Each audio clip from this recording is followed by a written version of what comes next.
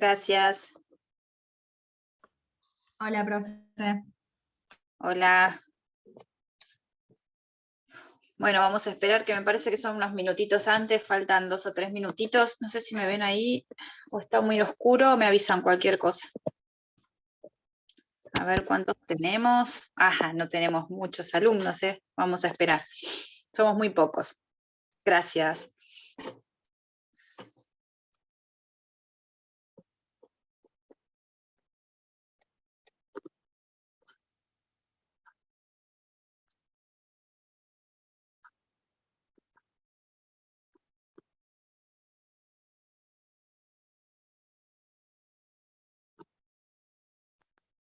Me parece que me había ido de la...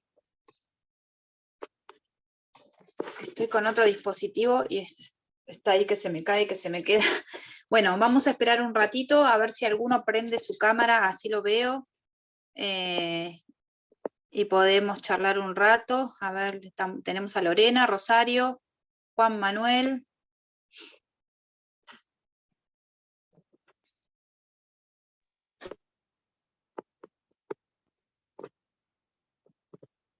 Yo hasta ahora, a ver, ahí estamos. Ahí lo veo a Juan Manuel, a Lorena en la oscuridad. Y bueno, vamos a esperar unos 3, 4 minutitos más porque todavía no son menos cuarto. No sé, los que ya se conectaron, si quieren hacer alguna consulta o más que nada con respecto al tema del parcial. No sé si alguno ya ha dado algún parcial oral, así por vía, o sea, virtual o presencial. Si quieren hacer alguna pregunta, sé que estarán ahí con la incertidumbre de cómo será, pero bueno, no sé si alguien ya dio algún parcial y puede contar la experiencia.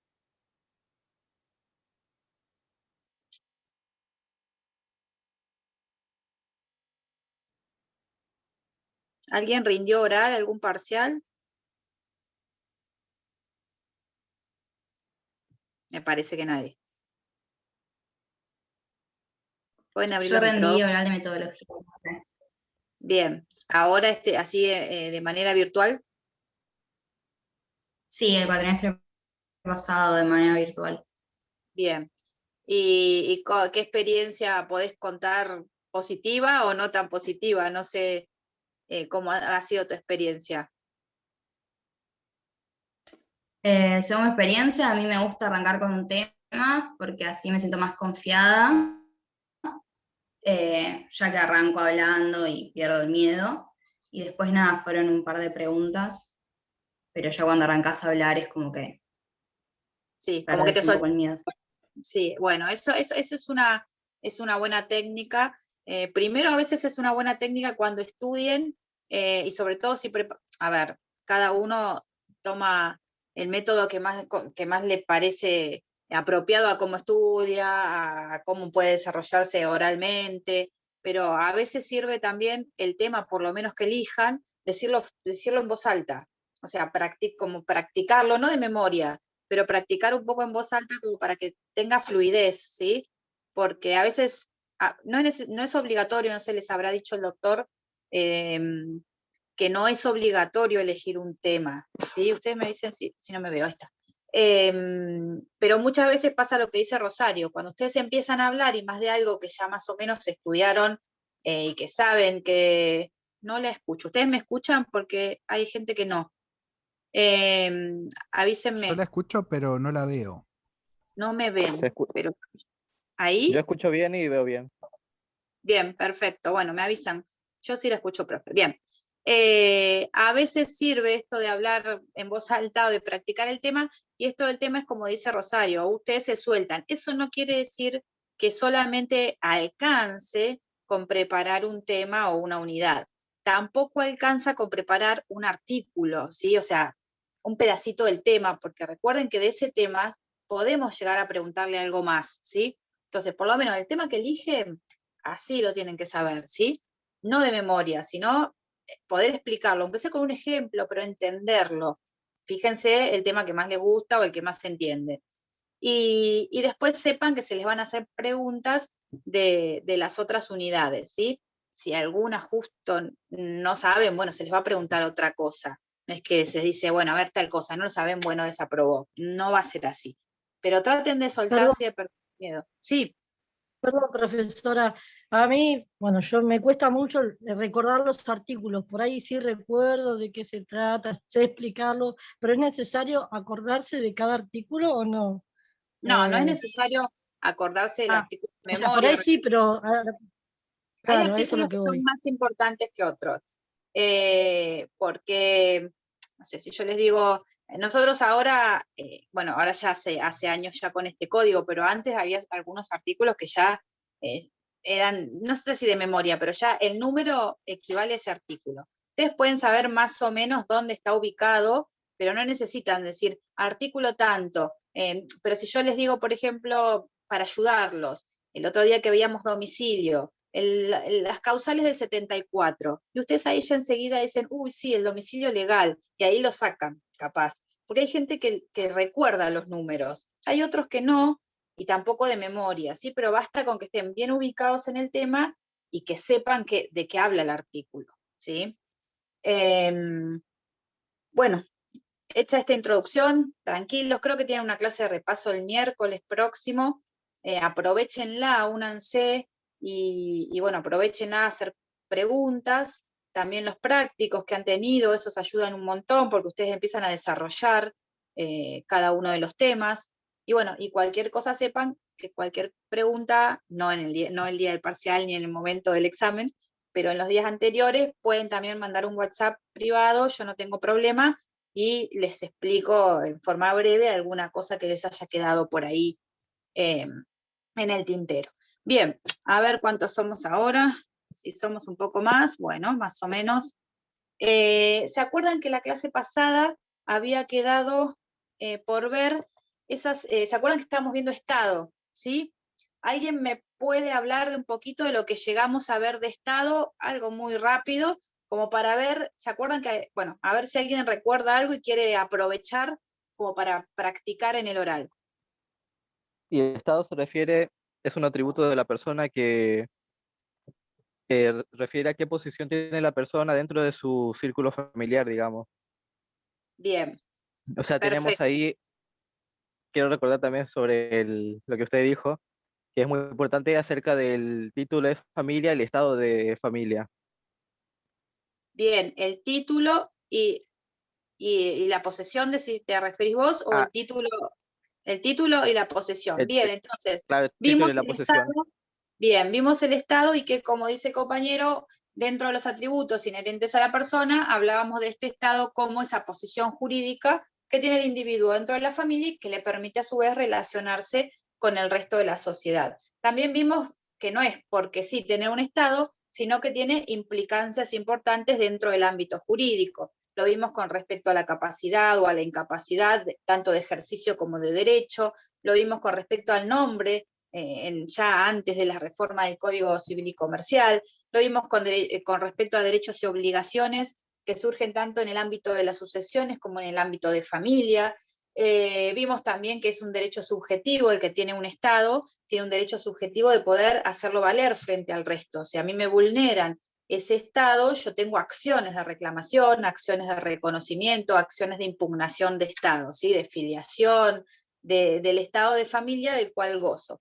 Y vimos la diferencia, que era lo que vos decías, entre la posesión de estado y el título de estado, ¿sí? ¿Se acuerdan que decíamos que cuando hablamos de la posesión era, en cierta manera, ese trato? ¿Se acuerdan que antes decíamos que en el derecho clásico se requerían 3 requisitos, o sea, necesitaban cumplirse con 3 requisitos: el nomen, el tractatus y la fama? Que actualmente, ¿se acuerdan que también decíamos? Basta con el tractatus, ese goce, ese trato, ese disfrute de estado de familia, pero que en realidad no se tiene el título.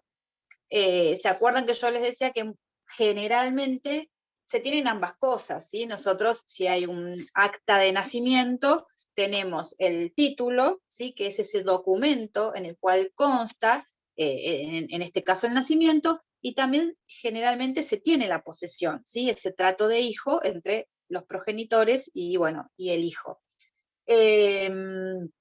Con respecto al título, entonces dijimos que lo podíamos ver desde un aspecto formal y desde un aspecto material. ¿Eso lo recuerdan?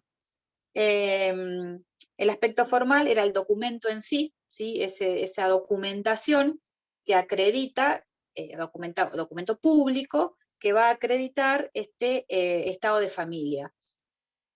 Partidas de nacimiento o actas de nacimiento, de defunción, el acta de matrimonio, una sentencia de una adopción, ¿sí? Una sentencia judicial que establece la adopción. En esas partidas o en esos documentos se van a asentar los acontecimientos, que dijimos que podían ser hechos o actos jurídicos. Los hechos o actos depende si, o sea, estaban diferenciados en si existía o no voluntad de la persona. En un hecho jurídico, por ejemplo, un nacimiento o un fallecimiento, no hay voluntad del individuo o de las partes. Los actos jurídicos, los cuales se pueden plasmar en esos títulos, es en donde interviene la voluntad de las partes. Por ejemplo, en un matrimonio, ¿sí? O en una adopción. En ese caso teníamos el título como medio de prueba inexcusable del estado de familia, ¿sí? Ese título es oponible erga omnes, que quiere decir hacia toda la sociedad, ¿sí? Yo con ese título puedo acreditar fehacientemente el estado de familia, de hijo y padre, matrimonio, etc., sin perjuicio de que quede expedita cualquier acción de reclamación de Estado, ¿sí? De reclamación, impugnación, reconocimiento de Estado, ¿sí? Las acciones de Estado. Y después yo les decía que había 3 artículos que, si bien en principio la posesión de Estado no tiene fuerza jurídica, ¿sí? Para lograr el correspondiente, ya sea emplazamiento filial o matrimonial, si no tiene la misma fuerza jurídica que el título de Estado. Si ustedes se fijan, si yo quiero hablar de un matrimonio de cónyuges, con todo lo que ello conlleva de derechos y obligaciones maritales, no es, o sea, en el caso de un matrimonio, yo voy a tener el título de Estado, que es el acta de matrimonio, ¿sí? Y la posesión, bueno, es que los cónyuges convivan, que realicen actividades juntos, ¿sí? Entonces, que gocen de ese estado de familia. Ahí tengo el título y la posesión. Ahora, si por ejemplo se trata de 2 personas antes llamadas concubinos, ahora convivientes en el nuevo código, esas personas van a tener la posesión de Estado, pero no el título, ¿sí? Y ustedes me dirán, bueno, ¿qué diferencia hay? Y hay una diferencia jurídica, porque no van a tener los mismos derechos y obligaciones que en un matrimonio, ¿sí? Que si yo tengo el título de Estado. Entonces, en principio, esa posesión de Estado no tiene esta relevancia o esta fuerza jurídica. Ahora, hay algunos supuestos en los cuales la posesión de Estado tiene una relevancia jurídica establecida directamente por la ley. En la parte de filiación, que ustedes van a ver cuando vean familia, en el artículo 584 y 585, establece 2 supuestos en los cuales son importantes, ¿sí? Y se le da cierta jerarquía a la posesión de Estado, ¿sí? Tienen relevancia jurídica. No sé si los han leído, que yo les dije que los lean, pero bueno, los vamos a ver. El artículo 584, fíjense que el título dice posesión de Estado, y dice: la posesión de Estado debidamente acreditada en juicio tiene el mismo valor que el reconocimiento, siempre que no sea desvirtuada por prueba en contrario sobre el nexo genético. Entonces, en este caso, por ejemplo, en una acción de reclamación de Estado o en una acción de filiación, si yo puedo acreditar, ¿sí?, en ese proceso judicial la posesión de Estado, supónganse entre un padre y un hijo, la ley le otorga el mismo valor jurídico que si se estuviese reconociendo esa situación de Estado, ¿sí? Ese título, que si tuviese el título. ¿Se entiende? Si yo puedo acreditarlo en el juicio, ¿sí? Que existe ese trato, ese goce entre padre e hijo, ¿sí? Si yo puedo acreditar eso, la ley presume que hay título de Estado. O sea, no la partida de nacimiento, pero que hay estado de familia, ¿sí? Perdón, Le da, profesora, es cuando se hace un juicio de filiación para claro, saber, o sea, declarar que ese niño es hijo de tal persona, una claro, cosa cuando se así, reclama, presentar claro, pruebas. cuando se reclama, claro, en vez de yo, a ver, la prueba por excelencia va a ser una prueba El de ADN, ADN, claro, claro. es la prueba por excelencia. Si yo logro hacer una prueba de ADN, no tengo que reconocer nada, no tengo que probar nada, no tengo que probar la posesión de Estado, no pruebo nada. Ya directamente estamos probando esa filiación. Listo. Pero puede ser Claro, que pero esa posesión de Estado tiene que estar acreditada y documentada por un juez, de decir, bueno, sí, este niño es hijo de, para yo poder la tomar tengo, esa posesión, a eso me refiero. claro, yo esa posesión de Estado la tengo que probar en el expediente, en el juicio. Si yo puedo probar que existe ese trato de hijo, ¿sí? y padre, si yo puedo probar esa posesión de Estado, el juez lo va a tener como un reconocimiento, ¿sí? Como si el padre hubiese reconocido esa posesión de Estado. ¿Se entiende? Esto como regla general. Sin embargo, la norma dice, siempre que no sea desvirtuada por prueba en contrario sobre el nexo genético. ¿Qué quiere decir esto? Siempre que la otra parte no desvirtúe esa posesión probando lo contrario, ¿sí? Probando que no es hijo, por ejemplo, ¿sí? Si acompaña un ADN y en el cual no es hijo, bueno, ahí se desvirtúa y cae esa posesión de Estado, ¿sí? O ese reconocimiento presumido por la ley. ¿Sí? La valoración de si hay o no posesión de Estado, ustedes me dirán, bueno, ¿y cómo hay? ¿Quién lo va a valorar? ¿Quién va a establecer si hay o no posesión de Estado? Eso lo va a hacer el juez, ¿sí? Está a cargo del juez porque va a tratar de verificar todas esas situaciones de hecho, todas esas situaciones fácticas que yo pueda presentar, si este señor le pasa alimentos, este señor lo lleva al colegio todos los días, este señor lo puso en la obra social como una persona a cargo, ¿sí? Todas esas situaciones fácticas me van a permitir a mí demostrar que hay una posesión de Estado. Y la ley presume que, como si fuese un reconocimiento del estado de familia. Ello sin perjuicio de que la otra parte pueda probar lo contrario, ¿sí? Entonces, frente a una prueba de ADN, por ejemplo, ya ahí caería la posesión de Estado. Entonces, si puedo probar la posesión de Estado en el proceso, es como si se hubiera reconocido y ya no tengo que probar el nexo biológico, ¿sí? Esto en el caso del 584. El 585 se refiere a la convivencia, ¿sí? Acá tenemos que, bueno, el artículo dice, la convivencia de la madre durante la época de la concepción hace presumir el vínculo filial a favor de su conviviente, excepto oposición fundada, ¿sí? Acá, ¿qué estamos diciendo? Que si la persona puede probar también, viene aunque habla de la época de la concepción.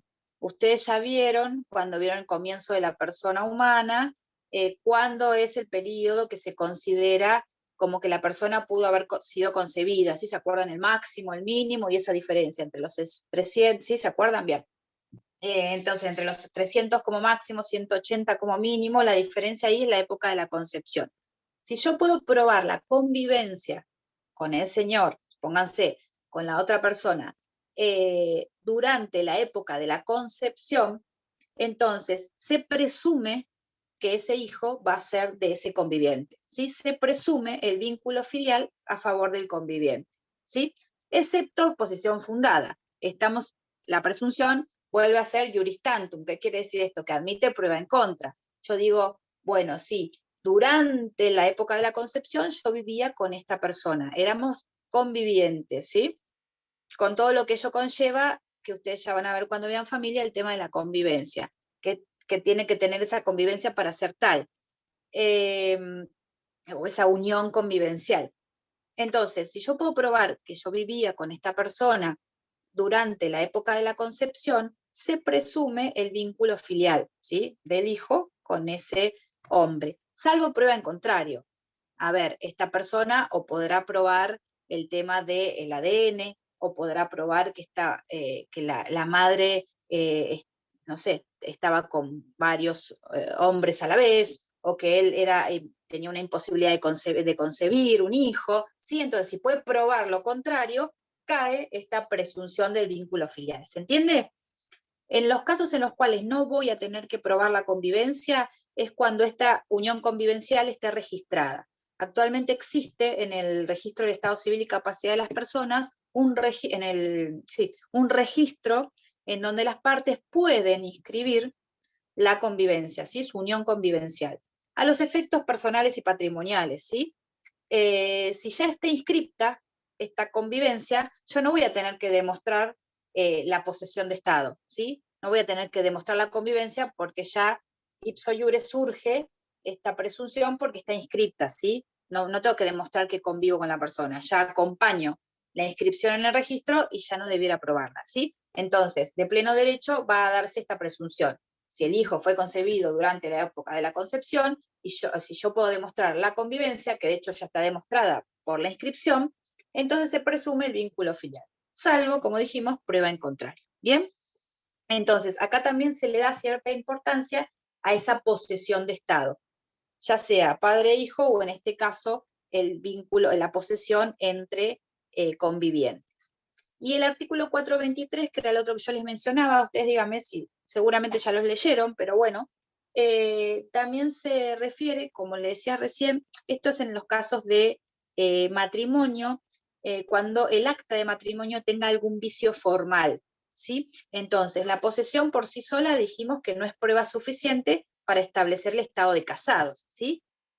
O para reclamar efectos civiles de un matrimonio. Dijimos que con la posesión no basta, ¿sí?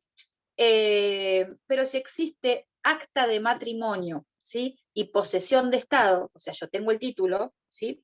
Y tengo la posesión, vivo con la persona, tengo actos que, o sea, tengo la posesión de Estado de matrimonio, si ha habido alguna inobservancia en las formalidades de ese acto de celebración del matrimonio, ¿sí? En ese caso podrían quedar subsanadas con la posesión de Estado que yo tengo, ¿sí? ¿Se entiende? En este caso se advierte también la posesión de Estado y la importancia para acreditar que ese acto ha sido válido y no inválido, ¿sí? Si tiene algún defecto de forma. Por ejemplo, si es un acta de matrimonio extranjera, ¿sí? Y no se legalizó, para poder considerarse, o sea, que el matrimonio ha sido celebrado, debe llevar un proceso de legalización en el país donde se celebró el matrimonio. Entonces, si yo tengo ese acta de matrimonio que tiene una inobservancia formal, ¿sí? No, falta la legalización, pero ese título en el cual tiene un vicio de forma, sumado a la posesión de Estado, en ese caso podemos hablar de un matrimonio con derechos y obligaciones conforme surge de la legislación. ¿Se entiende? Se me desaparecieron todos. ¿Alguien quiere decir algo?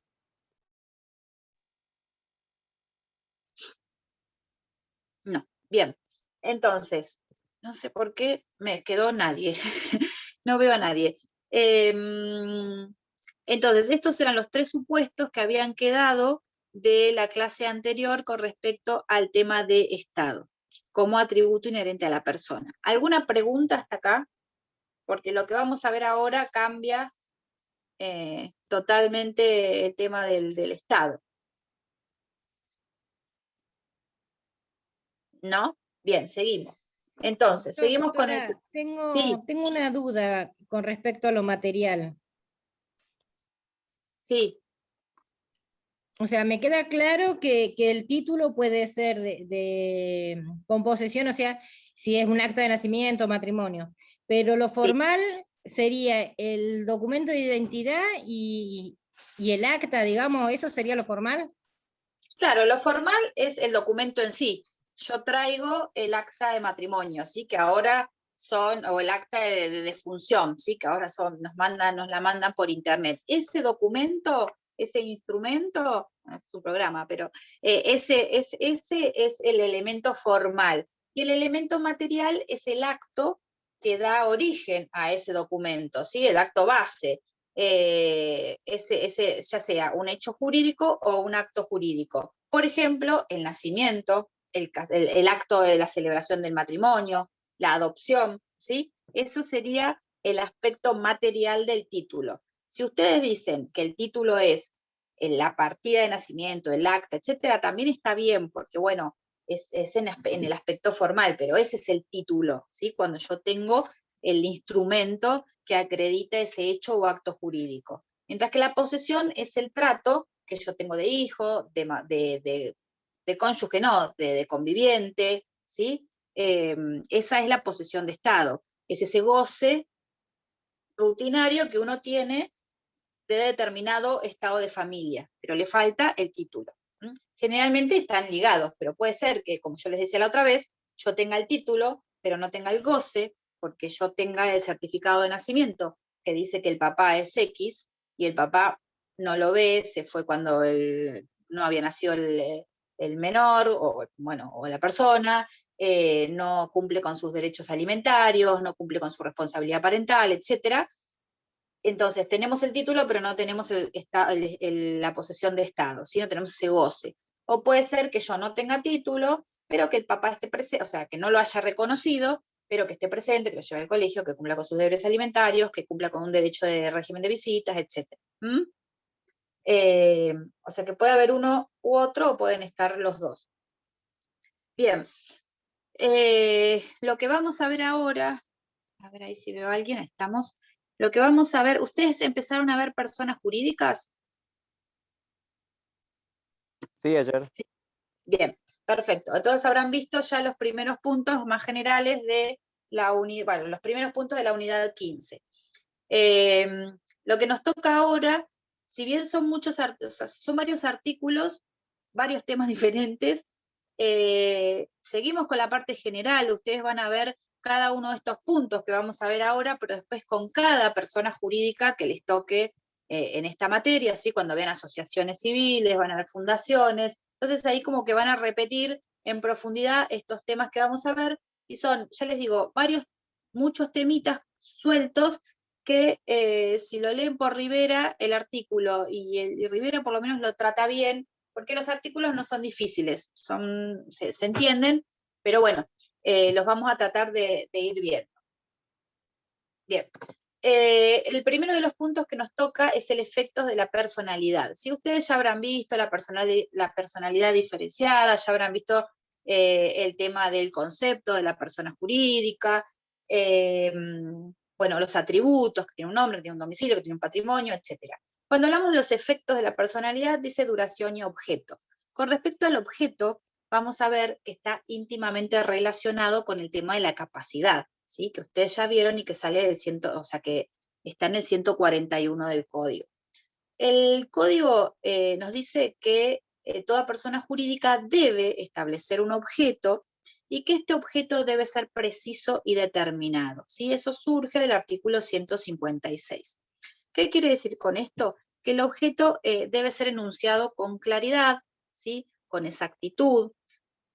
No quiere decir que, o sea, que pongamos, el objeto va a ser la actividad o el conjunto de actividades que vaya a realizar el ente o la persona jurídica, ¿sí? Este conjunto de actos que, para los cuales se ha destinado la creación de este ente jurídico. No podemos, ustedes me dirán, ¿cómo? No podemos establecer todas y cada una de las actividades que pueda llevar a cabo la persona jurídica, pero la norma nos establece que tiene que ser claro, exacto, ¿sí? Evitando ambigüedades, evitando vaguedades, ¿sí? Por ejemplo, las personas jurídicas, ustedes vieron que algunas requieren de una autorización del Estado para funcionar.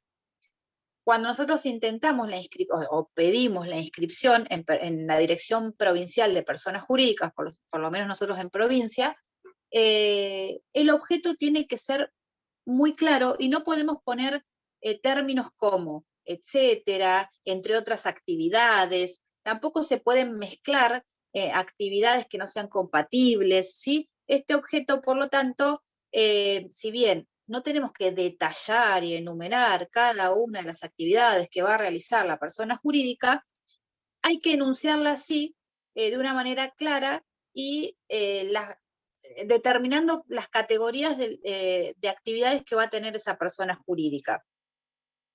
No sé si me logro expresar. Tiene que ser determinado, sí, pero no larguísimo, pero sí que determine para qué creamos esa persona jurídica. Si es una persona, supóngase, si es una sociedad que va a tener fines lucrativos y que se va a dedicar a la actividad pesquera, ¿sí? A la actividad de la pesca, puede ser que se refiera a extracción de la materia prima, o sea, de la pesca, pero puede también exportar, importar, realizar actos de conservación y frío, o sea, y enlatado, no sé, producción de esa materia prima, o sea, puede ser amplia, pero siempre determinado y detallado, ¿sí? Con respecto a este objeto, también tiene que ser lícito y posible, ¿sí? No podemos establecer una persona jurídica con un objeto ilícito, contrario a la moral, a las buenas costumbres, ¿sí? Yo no puedo crear un ente para que comercialice armas de fuego, no sé, por decir algo, ¿sí? Entonces ese objeto tiene que ser lícito. Y también tiene que ser posible, tampoco puedo crear un ente con una actividad, con una finalidad o un objeto imposible, no sé, vender estrellas, o sea, por decir algo, comercializar, ¿sí?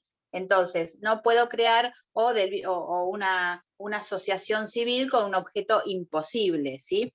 Que yo pretenda que los asociados lleven a cabo una actividad, o sea, les beneficie una actividad que no puedo realizar, ¿sí? Entonces, tiene que ser determinado, preciso, Una pregunta, lícito. profe. Sí, Perdona que le sí. interrumpa.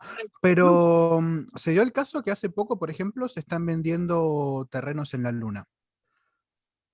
Usted puede adquirir Sí. su propio lote. ¿No tendría Bueno, algún por eso, conflicto con eso que dice? eso podría llegar a ser, si no podemos probar la existencia o la posibilidad de vivienda, eso sería un objeto imposible. ¿Sí? O sea, o que yo quiera, que yo venda terrenos, bueno, en la Luna, o salvo que ya haya gente viviendo y que se pueda acreditar que sí se puede haber vida humana, pero eso sería un objeto imposible, ¿sí? E ilícito Claro. sería contrario a la moral, a las buenas costumbres, ¿sí? O a la ley, etc. Entonces, este objeto no solo va, ahora vamos a ver, a limitar la capacidad de la persona jurídica, sino que también tiene otros fines que capaz que interesen a las personas que van a ser sus miembros, ¿sí? Ustedes recuerden esta diferenciación de la personalidad. Por un lado tenemos a la persona jurídica como sujeto de derecho y por otro lado sus miembros. Entonces puede ser, primero, que oriente a los órganos que van a administrar o que van a gobernar a esta persona jurídica hacia dónde dirigir sus actividades, ¿sí? Como vamos a ver después, les va a establecer un límite de qué pueden hacer y qué no pueden hacer. También qué actos realizados por esa persona jurídica, ¿sí? Si están dentro o fuera del objeto, si le van a ser imputables o no. O sea, si la persona jurídica va a responder por esos actos que realice, si están dentro o fuera de su objeto. También para los integrantes de la persona jurídica, porque a mí me van a hacer pensar, bueno, a ver, ¿qué actividad va a desarrollar o cuál es el objeto social o de la persona jurídica? Si me interesa o no formar parte de esa asociación, fundación, sociedad, etcétera, ¿sí? Entonces, los miembros, si evalúan el objeto, van a poder decidir si van a formar parte o no, si les conviene o no a sus intereses, integrar esa persona jurídica determinada. Entonces, esto en lo que respecta al objeto. Este objeto, bueno, en el caso de que el objeto querramos modificarlo, ¿sí? Esto va a llevar a la modificación del estatuto, ¿sí? Y que eso lo vamos a ver con posterioridad, pero no lo podemos hacer porque sí, bueno, ahora vamos a realizar otra actividad. No, se va a tener que modificar el estatuto y eso va a requerir una nueva autorización por parte del Estado, o del organismo de Contralor, ¿sí? Si yo modifico el objeto, voy a tener que hacerlo con las mayorías que establezca el estatuto. ¿Vieron estatuto ustedes? No. Hagan así o hagan así. No vieron qué es el estatuto. Bien. Entonces, un poquito. Bueno, ahora lo vamos a ver. Entonces, este objeto tengo que modificar. Si modifico el objeto, tengo que modificar el estatuto. Y si es una persona jurídica que requiere autorización para funcionar, vamos a necesitar que se inscriba, o sea, que se autorice nuevamente esta modificación de objeto. Este objeto, como dijimos, está íntimamente relacionado con la capacidad de la persona jurídica. Si esto sí lo vieron como atributo inherente de esta persona, que surge del artículo 141, ¿sí? Que nos da la definición de persona jurídica y también determina que tiene la aptitud, ¿sí?, para adquirir derechos y contraer obligaciones. ¿Se acuerdan esto? Entonces, lo que me permite es hablar de la capacidad de ejercicio, o sea, la capacidad de derechos, ¿sí?, de la persona jurídica. Entonces, a diferencia de la persona humana, la persona jurídica no va a tener capacidad de ejercicio, ¿sí? Entonces, vamos a necesitar, para que pueda llevar a cabo este objeto, para que pueda cumplir con estas finalidades o estas actividades que surgen del objeto de la persona jurídica, vamos a requerir de personas humanas, ¿sí?, que la representen o que la administren para poder cumplir sus fines, ¿sí? Independientemente, que ustedes ya vieron la separación de las personalidades. Pero entonces, no va a tener capacidad de ejercicio porque no puede ir el ente a cumplir con sus obligaciones o ejercer sus derechos, pero sí va a tener personas humanas que la representen o que la integren para poder cumplir esas actividades. Entonces, los límites, o sea, ustedes también vieron el llamado principio de especialidad, ¿sí? ¿Se acuerdan? Bien, cuando hablamos de límites a esta capacidad de derecho, es decir, a la posibilidad de adquirir derechos y contraer obligaciones que tiene la persona jurídica, ustedes habrán visto que tiene algunos límites que pueden surgir de la propia naturaleza, ¿sí? Por ejemplo, todo lo relacionado al derecho de familia, ¿se acuerdan que ustedes habrán visto que la persona jurídica no tiene estado, ¿sí? Es el único atributo del cual no va a gozar. ¿Por qué? Entonces, por lo tanto, todo lo relacionado a los derechos de familia no pueden ser aplicados a las personas jurídicas, ¿sí? No se va a poder casar, no va a poder adoptar un niño, no va a poder iniciar una acción de reclamación de Estado, ¿sí? Todo esto que veíamos recién al principio de la clase con respecto al Estado, no lo vamos a poder aplicar a las personas jurídicas. Entonces, los primeros límites surgen de la naturaleza de los actos. Derechos de familia no va a poder ejercer o no va a poder tener en la persona jurídica. Con respecto a la ley, también puede establecer algunos límites. Por ejemplo, el artículo, o sea, puede haber límites a esta capacidad de la persona jurídica establecidos por la ley, a eso voy. Por ejemplo, el artículo 2158, esto lo van a ver cuando vean reales, pero es un ejemplo, cuando habla de la habitación, si el derecho real de habitación, no importa que no sepan a qué se refiere, solo puede constituirse, dice el 2158, a favor de las personas humanas, ¿sí? Entonces, acá limita o sea, limita la capacidad de esta persona jurídica porque no puede constituir el derecho real de habitación, ¿sí? Entonces, este límite surge de la ley. Y por último, también el límite va a estar dado en virtud del objeto de la persona jurídica. Ese objeto que, como dijimos, va a surgir del estatuto. Bueno, el llamado principio de especialidad, ¿sí? Que eso ya lo habrán visto ustedes. Entonces, la persona jurídica va a poder adquirir los derechos y contraer obligaciones de todos aquellos actos que se refieran, ¿sí?, o que tengan relación directa con el objeto y los fines para los cuales ha sido establecida o creada.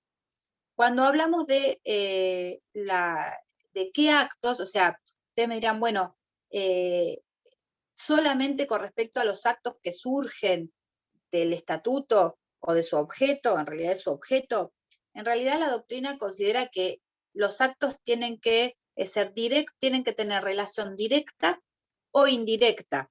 Por ejemplo, si seguimos con esta, bueno, es una sociedad, pero no importa, porque también hablamos de personas jurídicas. Si seguimos con este ejemplo de una sociedad que tiene una actividad relativa a la pesca, ¿sí? Tiene una fábrica de pescado en donde se procesa el pescado, se congela, se vende, se exporta, etc. Todo lo relacionado a esas actividades están directamente relacionadas con el objeto y por lo tanto la persona jurídica tiene capacidad para realizar esos actos. Ahora, si la persona jurídica, por ejemplo, compra camiones, ¿sí?, para trasladar ese pescado, ese acto de compra de camiones no está dentro de su objeto, porque el objeto no va a decir compra de camiones, ¿sí? Pero indirectamente está relacionado con su actividad, ¿sí? ¿Por qué? Porque yo voy a utilizar esos bienes muebles que compro, esos camiones, para transportar el pescado que envaso, congelo, etcétera, ¿sí? Ahora, si la persona jurídica, esta sociedad que vende pescado, o que tiene actividad de la pesca, compra un taxi, ¿sí? En ese caso, esa compra no está, esa actividad o ese contrato no está dentro de su objeto, ¿sí? ¿Por qué? Porque no es o sea, la actividad del transporte mediante un taxi, la actividad. Claro, todos estos temas, acá me ponen si la ley de sociedades tiene que ver con esto. Todos estos temas surgen más que nada de la ley de sociedades, la 19.550, ahora quedó como la ley general de sociedades. Pero algunos artículos y algunos principios y algunos conceptos son incorporados por el Código Civil y Comercial. Entonces, tiene que ser directa o indirecta. Si yo tengo una empresa, o esta misma empresa de pescado, y compro o alquilo, compro oficinas para que trabajen los empleados administrativos de esa empresa. En ese caso, esa compra de oficinas, o de una oficina o de varias, está o supónganse que compra, sí, varias oficinas, está indirectamente relacionada con su actividad, ¿sí? ¿Por qué? Porque ahí van a ir a trabajar los empleados administrativos. Mientras que si yo compro departamentos para alquilar, ese acto está fuera ¿se entiende? Fuera del objeto social, porque son departamentos para alquilar, no tienen nada que ver con la actividad o el objeto de la persona jurídica. ¿Se entiende? Entonces, esto es lo que cuando hablamos de capacidad de la persona, es decir, qué actos puede realizar esa persona jurídica que estén dentro y permitidos por este límite de especialidad, no es tan restringido. Bien, entonces, eso con respecto al objeto de la persona jurídica, el cual va a surgir del estatuto. Ahora después vamos a ver a qué llamamos con estatuto, por estatuto, y es el que va a regir las actividades, o el que va a limitar o establecer el conjunto de actividades que va a desarrollar o que va a tener como finalidad la persona jurídica, cualquiera de las personas jurídicas de la cual hablemos. El otro de los efectos dice duración, ¿sí? El artículo 155 nos dice que la duración de la persona jurídica es ilimitada en el tiempo, excepto que la ley o el estatuto dispongan lo contrario, ¿sí? Entonces acá la disposición aclara que es supletoria. En principio tenemos que estar, a lo que dice, o tenemos que tener en cuenta lo que dice el estatuto o la ley especial, ¿sí? La ley respecto a esa persona jurídica de la cual estemos hablando. Por eso decimos que estas normas son generales, ¿sí? Si nada dicen, la duración de la persona jurídica va a ser ilimitada, ¿sí? ¿Qué quiere decir ilimitada?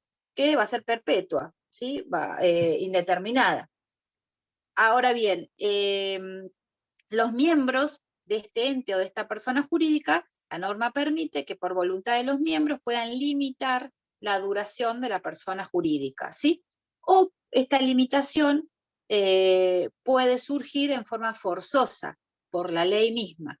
Si nos vamos a la Ley General de Sociedades, ¿sí? Cuando hablamos de sociedades comerciales, el artículo 11, inciso 5 de la Ley General de Sociedades, la 19.550, nos dice que en el instrumento constitutivo debe determinarse el plazo de duración de la sociedad, ¿sí? Entonces, al decir debe determinarse el plazo, se considera que no puede ser ilimitado, sino que tiene que tener un plazo determinado, ¿sí? Entonces, no puede ser perpetua, no puede ser a perpetuidad en el caso de las sociedades, ¿sí? De las sociedades comerciales.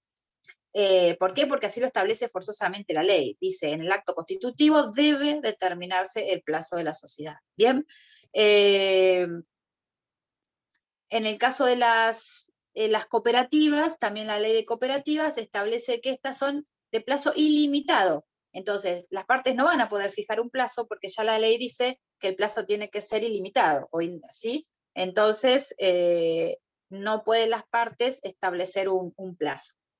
Cuando hablamos de plazo voluntario, ¿sí? Que establecen las partes en su estatuto, o sea, no las partes, sino va a ser por voluntad de, ahora vamos a ver, de los individuos que generan.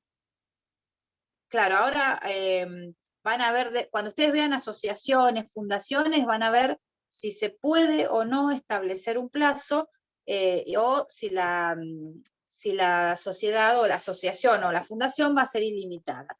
En el caso de que se permita, que la ley permita en establecer un plazo por voluntad de las partes, o sea, por voluntad de los integrantes de esa persona jurídica, este plazo puede ser cierto o incierto. ¿Qué quiere decir esto? Va a ser determinado, ¿sí? Tiene que tener un plazo, van a establecer un plazo. Pero puede ser cierto, supónganse una fecha, o a los 3 años de tal acontecimiento, ¿sí? O puede ser incierto, por ejemplo, que se da cuando el plazo existe, pero no sabemos, o sea, es cierto, es determinado, pero no sabemos cuándo va a ocurrir. Por ejemplo, que digan, bueno, al momento en que fallezca este asociado o este integrante del ente, bueno, la persona jurídica se va a disolver y se va a liquidar, ¿sí? Entonces ahí sería incierto, porque habla del fallecimiento de una persona. En algún momento va a fallecer, pero no sabemos si de acá a 1 año, a 2 meses o a 50 años, ¿sí? Entonces, cuando fallezca ese asociado o ese socio, la persona jurídica se disuelve y se liquida y se extingue.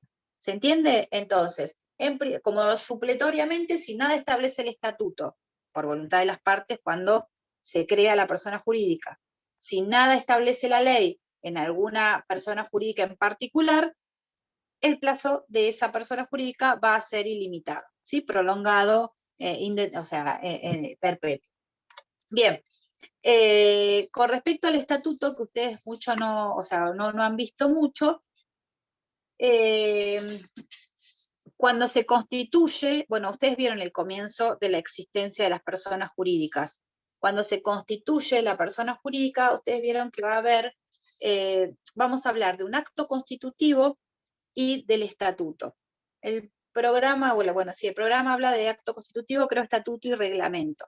Cuando hablamos del acto constitutivo, es un acuerdo de voluntades en el cual 2 o más personas, ¿sí? se ponen de acuerdo y expresan su voluntad de crear una persona jurídica, ¿sí? Un ente con estas actividades, con este objeto, etc. Entonces, el acto constitutivo es ese acuerdo de voluntades, es contractual, ¿sí? La naturaleza jurídica del acto constitutivo es contractual y es más genérico que el estatuto. Generalmente el estatuto y el acto constitutivo surgen del mismo instrumento, ¿sí? Ya sea instrumento privado o instrumento público, de acuerdo al tipo de persona jurídica al cual nos referimos, ¿sí? Van a haber algunas requieren que se constituyan por instrumento público y otras se pueden constituir por instrumento privado, con firmas certificadas, ¿sí?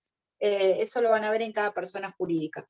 Entonces, este acto constitutivo es ese acuerdo de voluntades. ¿Qué va a surgir en el acto constitutivo? Va a surgir el nombre quizá de la persona jurídica, va a surgir los órganos de gobierno, los primeros miembros de esos órganos de gobierno, ¿sí? Quizás surja la duración, mientras que en el estatuto, ¿sí? Cuando hablamos de estatuto, nos estamos refiriendo al conjunto de normas o estipulaciones que van a regir, ¿sí? La vida de esa persona jurídica, ¿sí? Estas normas o este conjunto de normas va a tener permanencia en el tiempo y no se pueden alterar, ¿sí? En el caso de que las querramos modificar, como dijimos al principio, por ejemplo, si queremos modificar el objeto, vamos a tener que requerir la autorización del organismo de contralor, ¿sí? Y se van a tener que requerir mayorías necesarias que van a surgir del propio estatuto, ¿sí? Entonces, son como si fuese, ¿se acuerdan cuando nosotros decíamos el contrato es ley para las partes? O sea, las partes tienen que cumplir lo que establecen en el contrato. Bueno, este estatuto va a ser la carta orgánica, ¿sí? Del ente.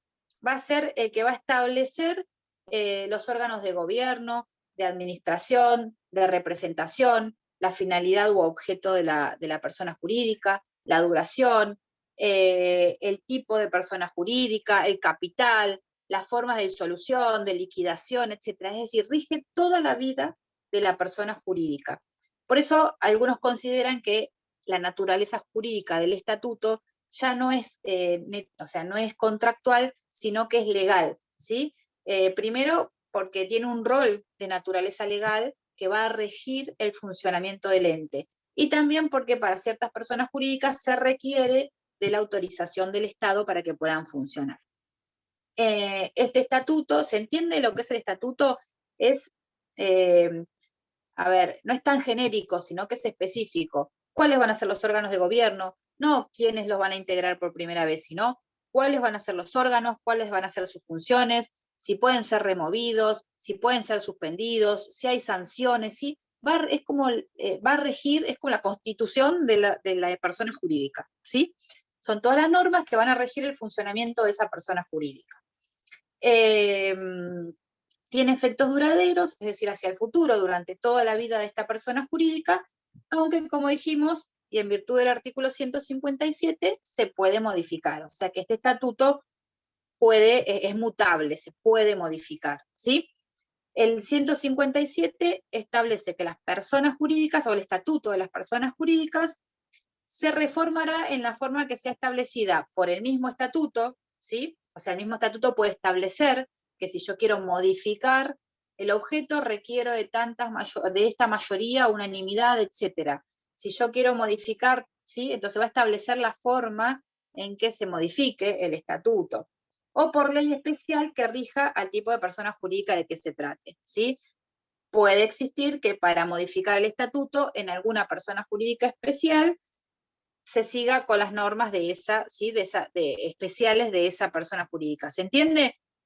Pero ustedes tengan en cuenta que estas son normas generales. Eso no quiere decir que para una sociedad comercial se modifique de esta manera el estatuto, para una fundación, para una asociación civil el código establezca que se requiere cumplir con estos requisitos para su modificación, etc. Cuando vean asociación civil van a ver que también tiene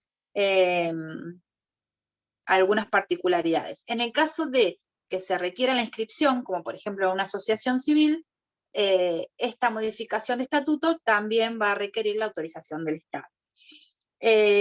Con respecto a la validez de la modificación que pueda surgir, que se le pueda dar al estatuto, si es con respecto a terceros, es decir, esa modificación, si yo la quiero oponer a los terceros que van a ejercer algún acto o alguna relación jurídica con la entidad, va a tener efectos esa modificación desde su inscripción, ¿sí? Si requiere inscripción, desde su inscripción.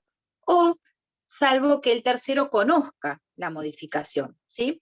Y con respecto a los integrantes de la persona jurídica, si yo modifico el estatuto, desde el mismo momento de las modificaciones, ¿sí? Desde el mismo momento en que se modifica el estatuto, estas van a ser obligatorias para todos los miembros de la entidad. ¿Se entiende? Para los terceros, si se requiere autorización, desde el momento en que se inscribe la modificación del estatuto, salvo que el tercero ya hubiese tenido conocimiento de esa modificación. Y con respecto a los miembros de la persona jurídica, estas modificaciones van a ser obligatorias desde el mismo momento en que se realice, ¿sí? Entonces, cada tipo de persona jurídica va a poder tener en su estatuto, o que surja de la ley o que surja del estatuto, reglas o disposiciones acerca de la modalidad, las mayorías, etcétera, para poder modificar, ¿sí? Modificar el objeto es algo muy importante, ¿sí? Porque es la vida de la persona jurídica, o sea que generalmente requiere una unanimidad unanimidad de los miembros para modificar. Con respecto a los reglamentos... Profe, tengo una duda. También vas a explicar lo de los reglamentos, porque en la parte del artículo 150, cuando habla de las leyes aplicables, que una de ellas es por las normas del acto constitutivo con sus modificaciones y de los reglamentos, prevaleciendo las primeras en caso de divergencia. ¿Las normas del acto constitutivo sería el estatuto?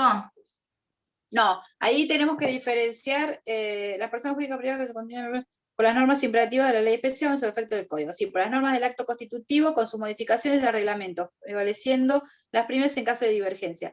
Sí, en realidad el acto constitutivo siempre diferenciándolo con el tema del estatuto. Lo que pasa que puede haber algunas personas jurídicas que no tengan estatuto, pero si no, siempre se va a tener en cuenta el estatuto, ¿sí? Que es este conjunto de normas que rigen la vida y el funcionamiento de la persona jurídica.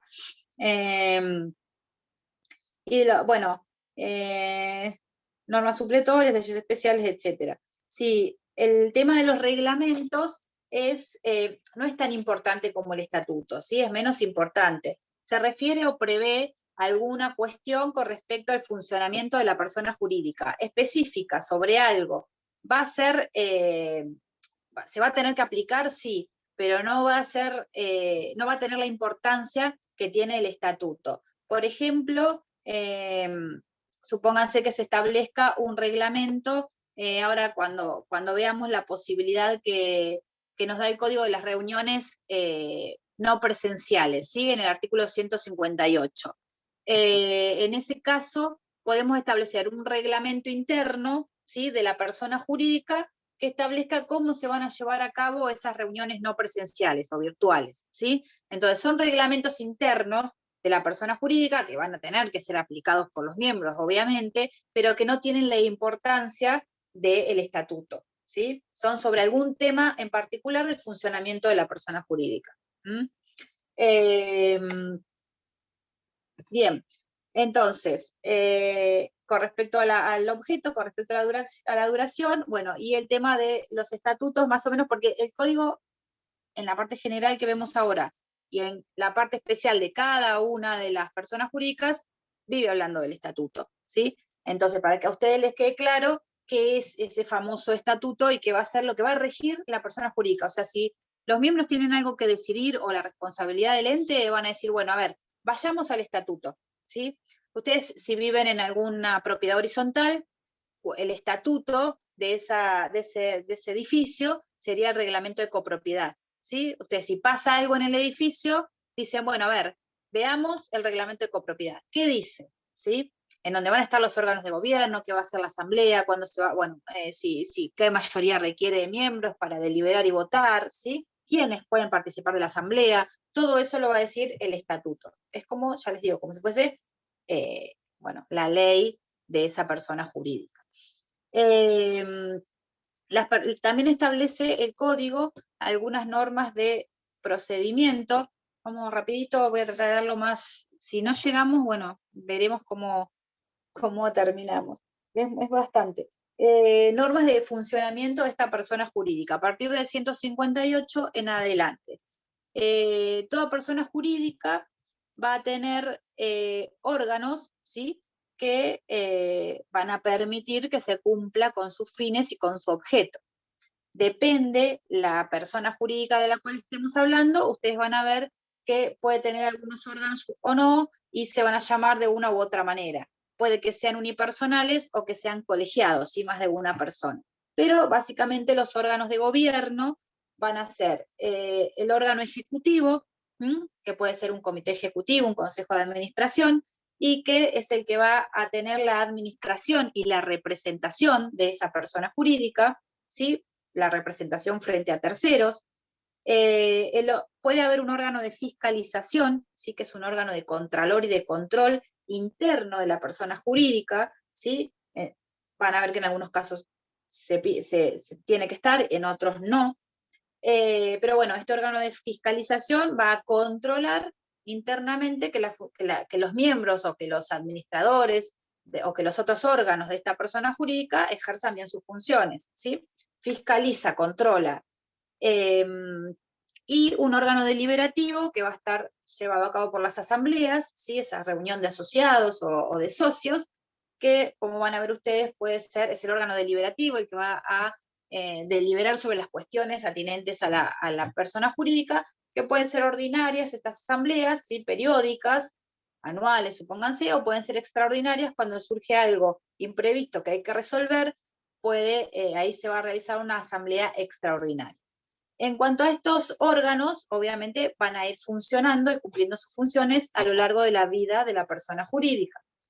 El artículo 158 establece, o sea, en estos artículos se establecen algunas normas también que surgen, muchas de ellas, de la ley de sociedades, ¿sí? Que estaban aplicadas para las sociedades comerciales y que ahora el código las adopta para el resto de las personas jurídicas. Con respecto al 158, en la primera parte, bueno, nos permite, o habla de las reuniones no presenciales, ¿sí? Estos métodos modernos de comunicación que permiten tener reuniones de los órganos de gobierno sin necesidad de mantener una presencia física, ¿sí? Sin estar físicamente los integrantes de determinados cuerpos deliberativos, todos juntos, y poder hacer la reunión de una manera más moderna o virtual, ¿sí? Esto pareciera que el código se estaba anticipando a nuestra pandemia o nuestro COVID del 2020, ¿sí? Porque acá lo que permite es que los órganos deliberen o cumplan sus funciones de una manera virtual, ¿sí? Sin presencia física. Llámesele videoconferencia, teleconferencia, chat, ¿sí? Zoom, ahora, el Meet, cualquiera de esos métodos modernos. Entonces, lo que se requiere es que todos los que vayan a participar de esa reunión consientan la forma en que se va a realizar, si el modo en el cual, cómo se va a realizar la reunión o la asamblea, en el caso de asamblea, y que en el acta, sí que se realice un acta, y que el acta en el acta deba constar qué modalidad se utilizó, si fue por videoconferencia, si fue por chat, si fue por cómo fue, con qué aplicación, y suscripta por el presidente y cualquier otro administrador de la persona jurídica, ¿sí? Entonces acá se incorporan estos métodos modernos de comunicación para que se puedan realizar las reuniones de los órganos de gobierno o de las asambleas. También en el inciso B se refiere a la posibilidad de autoconvocarse, ¿sí? De autoconvocatoria de los miembros, ¿sí? También que deban participar en una asamblea, o los miembros de algún órgano del Consejo de Administración o de Gobierno, pueden autoconvocarse sin necesidad de la citación previa que pueda establecer la ley o el estatuto, siempre que estén presentes todos, ¿sí? Se concurran todos los que componen ese órgano o la asamblea, y que el temario que se vaya a tratar, ¿sí? El orden del día, los temas que se vayan a tratar, sean aprobados por unanimidad. En estos casos se permite la autoconvocatoria, ¿sí? Ustedes me dirán, bueno, ¿cuándo? Y, por ejemplo, cuando el administrador, por ejemplo, o el órgano administrativo no tome las decisiones válidas en el momento en que las tenga que tomar, ¿sí? Cuando no está ejerciendo bien sus funciones, otro de los órganos de la persona jurídica puede autoconvocarse, ¿sí? Como una norma de funcionamiento a los efectos de tratar determinado tema, ¿sí? Ustedes me dirán, bueno, ¿para qué interesa esto? Y son todas medidas que evitan, o lo que el legislador pretende, es evitar que la persona jurídica quede estanca, quede paralizada y no cumpla con su finalidad o con su objeto, ¿sí? Si el administrador no hace las cosas que tiene que hacer o no cumple con sus funciones, el resto de los órganos que no tienen la administración de la persona jurídica, o los socios, los asociados, no pueden estar así esperando a que el administrador ejerza sus funciones. Entonces pueden autoconvocarse, ¿sí? Entonces, estos son remedios o soluciones provisorios que establece la legislación para que la persona jurídica pueda seguir cumpliendo sus actividades, seguir funcionando. ¿A qué se llama la doctrina del interés contrario, ¿sí? O la teoría de los actos contrarios? La ley también establece que los administradores de esta persona jurídica deben actuar con lealtad y diligencia, ¿sí? Ello de acuerdo a cada función o a cada cargo que se le haya otorgado, ¿sí? ¿Qué quiere decir esto? Que tienen que actuar con honradez, ¿sí? Con sinceridad, y teniendo en cuenta o tomando todas las previsiones para realizar bien su cargo o sus funciones, ¿sí? Por eso habla de diligencia, ¿sí? Tiene que actuar diligentemente, no negligentemente, sino que tiene que arbitrar todos los medios para cumplir con su función o con su cargo. Por lo tanto, esta teoría lo que establece es que siempre deben primar los intereses de la sociedad por sobre el interés particular del administrador, ¿sí?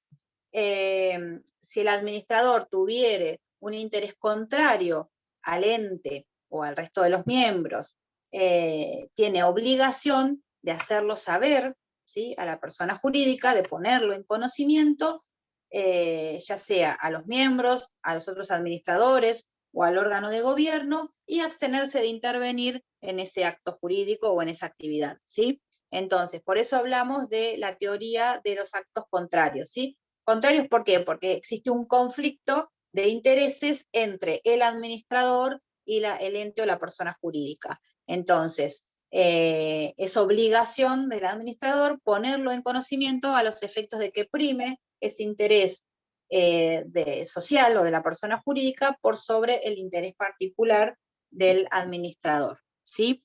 Recuerden siempre que el administrador tiene su propia persona, es un sujeto de derecho, y la persona jurídica es otro sujeto de derecho. Entonces puede haber intereses contrapuestos, ¿sí? ¿Hasta acá vamos más o menos entendiendo? Sí, sí, profe. ¿Sí? Bien. Vamos rapidito porque ya les digo, pues es bastante, pero bueno, vamos a llegar. Bueno, otro tema importante es el tema de la responsabilidad, ¿sí? La responsabilidad de la persona jurídica. Yo no sé si han visto algo de responsabilidad. No sé, ayer con quién tuvieron, ¿con el doctor clase?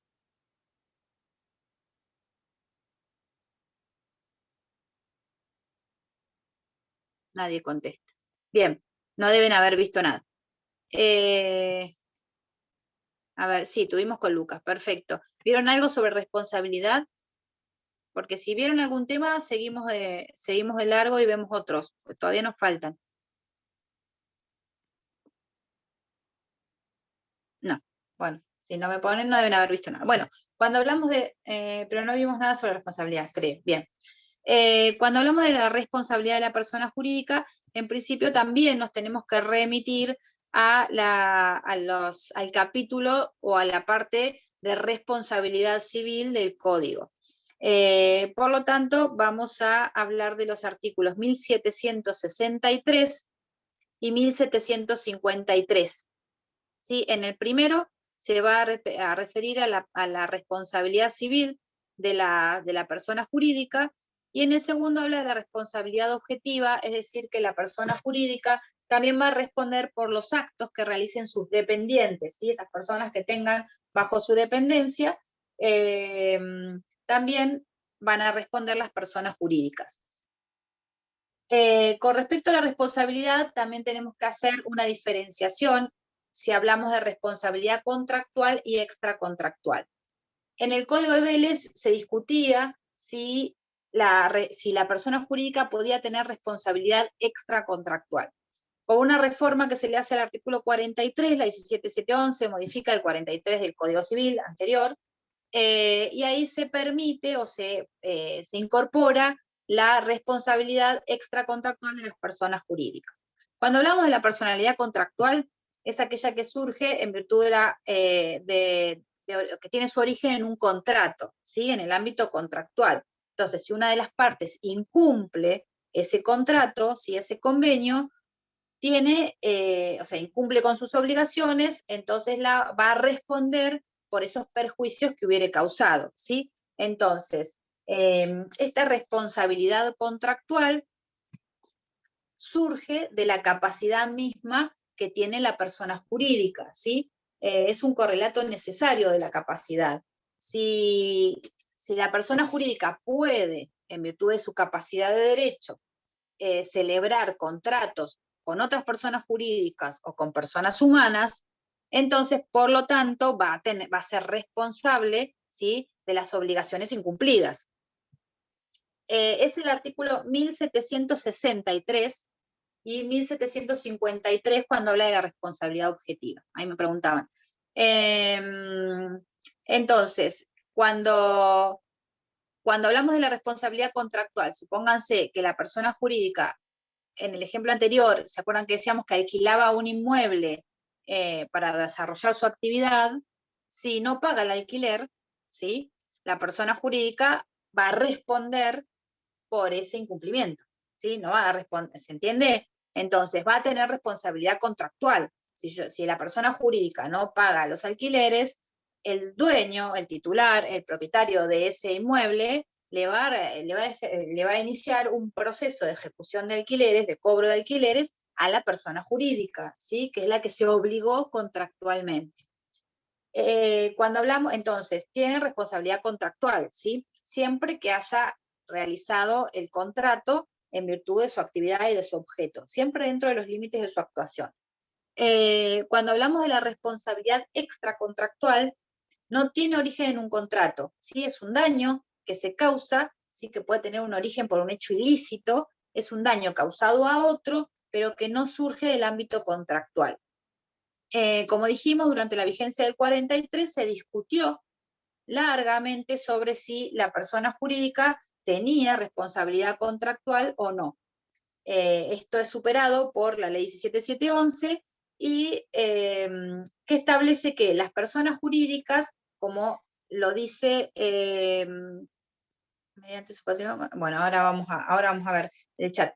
La persona jurídica responde por los actos causados por quienes las dirigen o administren en ejercicio o con ocasión de sus funciones. Eso es lo que nos dice la ley ahora en el 1763, ¿sí? Entonces nos dice, por los actos causados por quienes la administren o dirijan, ¿sí?, de acuerdo a la persona jurídica de que se trate, en ejercicio o con ocasión de sus funciones, ¿sí? Entonces, en principio no es muy clara en establecer qué personas comprometen la responsabilidad de esa persona jurídica, porque dice quienes la dirijan o administren, pero es claro que son los órganos de gobierno, ¿sí?, los órganos de administración, que puede ser, como yo les decía antes, una sola persona o pueden ser también colegiados, ¿sí? No necesariamente es el representante legal, sino que son los órganos de gobierno y de administración de la persona jurídica, que va a surgir del estatuto y que va a surgir de cada persona jurídica en particular, que ya van a ver ustedes.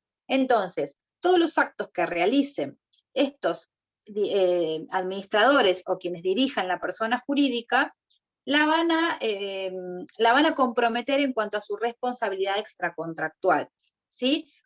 ¿Qué actos? ¿Todos los actos? No, la norma dice, aquellos actos en ejercicio o con ocasión de sus funciones, ¿sí? Entonces, ahí establece ciertos límites con respecto a los actos que van a comprometer la responsabilidad de la persona jurídica. Entonces dijimos, actos realizados por los dirigentes o por quienes la dirijan o administren.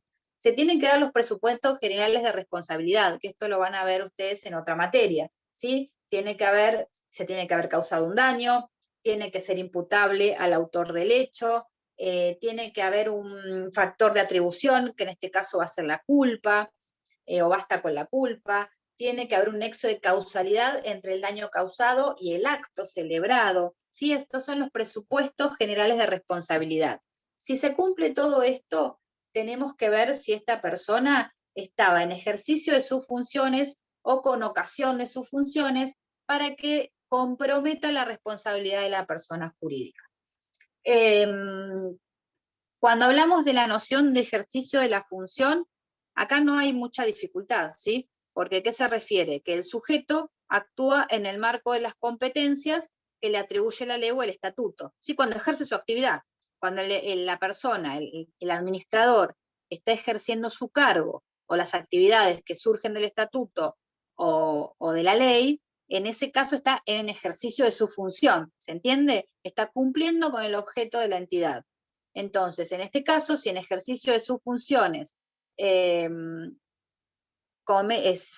produce un daño, si con el acto jurídico que realiza se produce un daño, va a responder, ese daño va a ser imputable a la persona jurídica, ¿sí? Siempre que ese acto esté previsto en el estatuto. Si está fuera del estatuto y el administrador hizo otra cosa que no era su actividad, En ese caso no va a responder la persona jurídica, ¿sí? Pero si estaba ejerciendo sus funciones, sí responde la persona jurídica.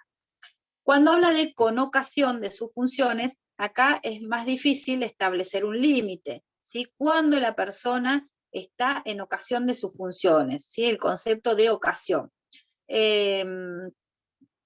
Hay que establecer un límite y lo que dice la doctrina es que el daño se genera por actos que están fuera de la competencia de este sujeto, pero en relación con sus funciones, ¿sí? Si bien no estaba ejerciendo su actividad específica, pero ese acto que realizó tenía que ver con su función. Es decir, si él no hubiese sido el administrador de esta persona jurídica, no hubiera realizado ese acto y por lo tanto no se hubiera provocado el daño. Supónganse que es un administrador que tiene que, que tiene que ir a firmar, ¿sí?, el contrato de locación de esta empresa que alquiló el inmueble para procesar el pescado, ¿sí? Entonces, el administrador va, supónganse, al estudio jurídico, a la inmobiliaria, etcétera, a firmar ese contrato. Y en ese ínterin produce un daño, ¿no? Choca, ¿sí?, y produce un ilícito civil, ¿sí?, un daño a un tercero.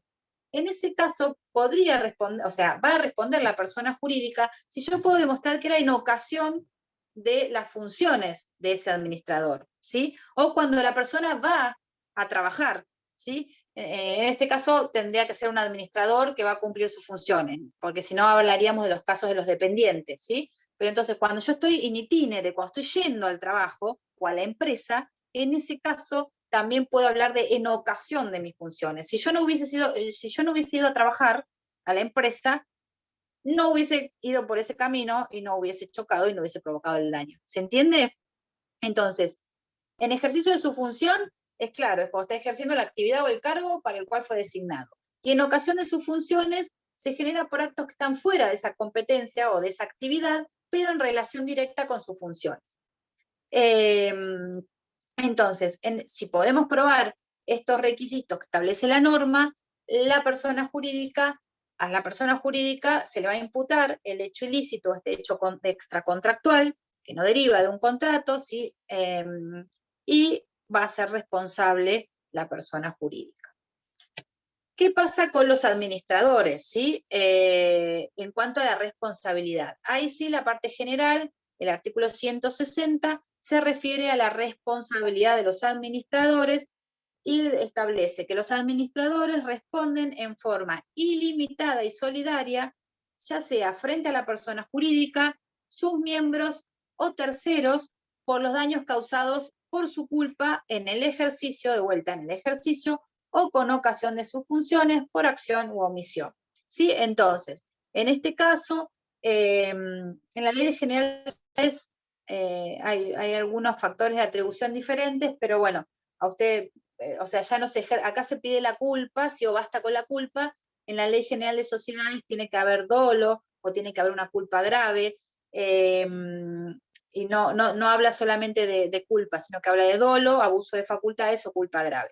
Pero bueno, nuestra ley, en el Código Civil se habla de culpa en el ejercicio o con ocasión de sus funciones, ya sea por un acto jurídico que realice el administrador o por una omisión, ¿sí? Por algo que no hace. Supónganse, un acto jurídico es cuando obra con negligencia, ¿sí? O sea, que obra en forma culposa, o una omisión es, supónganse, si no cumple con el pago de determinados tributos o de determinadas cargas fiscales que tiene que cumplir la sociedad o la persona jurídica. En ese caso hay culpa del administrador, ¿sí? Entonces va a responder frente a ese tercero, supónganse frente al fisco, en forma ilimitada, o sea, por el todo del daño o de la deuda, y en forma solidaria con la persona jurídica, ¿sí? Ese fisco le va a poder cobrar el fisco a la persona jurídica o al administrador. ¿Se entiende? Ambos van a ser demandados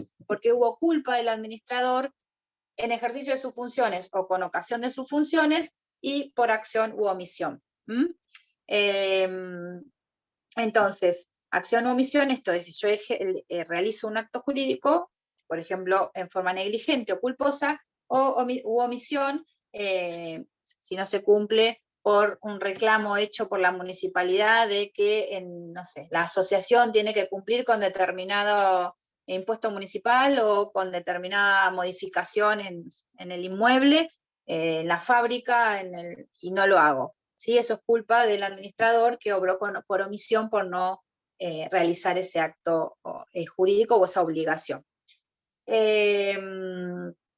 Bien, en este caso, el factor de atribución, la norma nos habla de la culpa, y como les dije, en el caso de las sociedades comerciales, el factor de atribución es más gravoso, o sea, habla de dolo, culpa grave o abuso de facultades. El artículo 162, que no es difícil, también surge de, bueno, a ver, acá tenemos, esperen que encuentro el programita, tenemos el tema de, ahora que vamos a ver la posibilidad de transformación de las personas jurídicas, y después nos queda la disolución y la prórroga y la liquidación. Disolución, liquidación, prórroga y reconducción. Bueno, vamos a intentar terminar. Si ustedes tienen que cursar otra cosa, o quieren que, o sea, y cuarto que cortemos, de última, no sé, les puedo o dejar un audio con lo que resta, o un pequeño resumen, o algo para que tengan todos los temas, eso como ustedes prefieren, y si no, seguimos hasta terminar.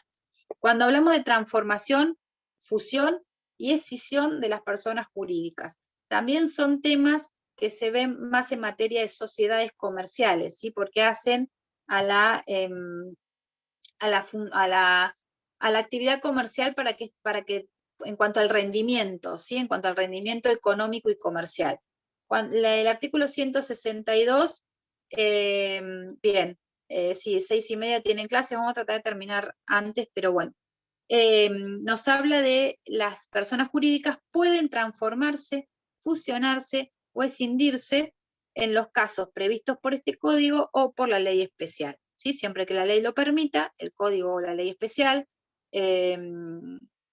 se pueden transformar, fusionar o escindir. Cuando hablamos de transformación, implica que una persona jurídica regularmente constituida, ¿sí? Resuelve o decide adoptar la forma de otra persona jurídica, ¿sí? Distinta. Entonces, en este caso no se disuelve la entidad, sino se va a disolver, sino que se cambia el tipo social, ¿sí?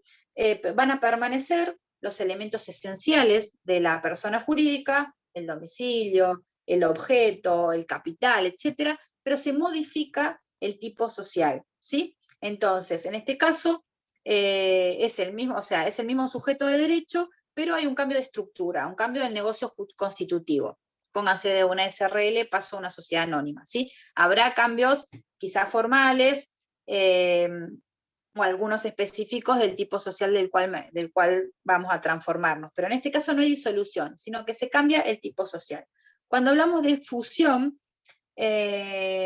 también es una institución que se refiere a las sociedades comerciales, y se da principalmente para robustecer el crecimiento, ¿sí? de las sociedades. ¿Sí? ¿Por qué? Porque cuando hablamos de fusión, permite el reagrupamiento empresario, ¿sí? Entonces que la sociedad sea más fuerte porque se incorporan o se unen dos o más sociedades, ¿sí? Cuando hablamos de fusión, en este caso sí se disuelve la sociedad, ¿sí? Podemos hablar de una fusión propiamente dicha, que es cuando dos o más sociedades, sin liquidarse, ¿sí? Ahora vamos a ver cuando hablamos de liquidación, pero sin liquidarse se unen para formar una nueva sociedad, ¿sí? Entonces, se disuelven estas dos o más sociedades, de las cuales, esperen que se me fue la pantalla, bueno, se disuelven, pero no se liquidan y se unen, ¿sí? Se agrupan para formar una nueva sociedad. O también puede ocurrir que una persona jurídica ya existente incorpora o absorbe a otra que, sin liquidarse, se disuelve y es incorporada o es absorbida por la otra persona jurídica. ¿Se entiende? Entonces, cuando dos o más se unen, ¿sí? Se disuelven y se unen en una nueva, o cuando una absorbe o incorpora a otra sociedad que se disuelve, no se liquida, pero se incorpora a una sociedad ya existente. Entonces, en este caso hablamos de fusión, se fusionan, se agrupan, se juntan.